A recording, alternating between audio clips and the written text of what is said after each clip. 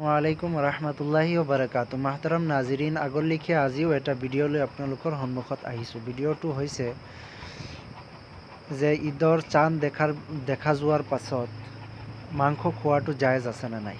আহক প্ৰথমত আমি সৱালটো শুনি লওঁ। सवाल, ईद उल अजहा का चांद देखने के बाद गोश्त खाना कैसा है? बराए मेहरबानी उस मसला का सही जवाब इनायत फरमाए।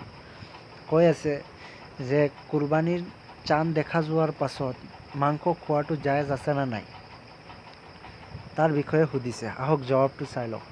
জবাব, গোश्त की हिल्लत व हुर्मत किसी ज़माने के साथ खास नहीं। কৈ আছে যে মাংস খোৱাৰ হাৰাম আৰু হালাল খোৱাটো কোনো জামানাৰ লগত কোনো সময়ৰ লগত মিলোৱা নাই। খোৱাটো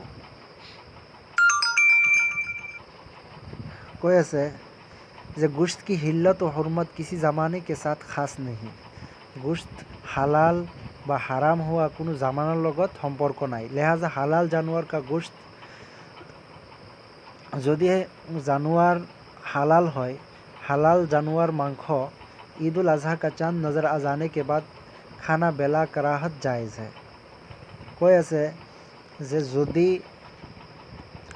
জানোয়ার হালাল হয়, হালাল জানোয়াৰৰ মাংসত চাঁদ দেখা যোৱাৰ পাছত মাংস আপুনি খাব পাৰিব। জানোৱাৰটো হালাল হ'ব লাগিব। হালাল জানোৱাৰৰ মাংস কুৰবানিৰ চাঁদ দেখা পোৱা যোৱাৰ পাছতো কি কৰিব পাৰিব? খাব পাৰিব। আশা কৰোঁ বুজি পালে। কুৰবানিৰ চাঁদ দেখা যোৱাৰ পাছত মাংস খাব পাৰিব বুলি আমি বুজি পালোঁ।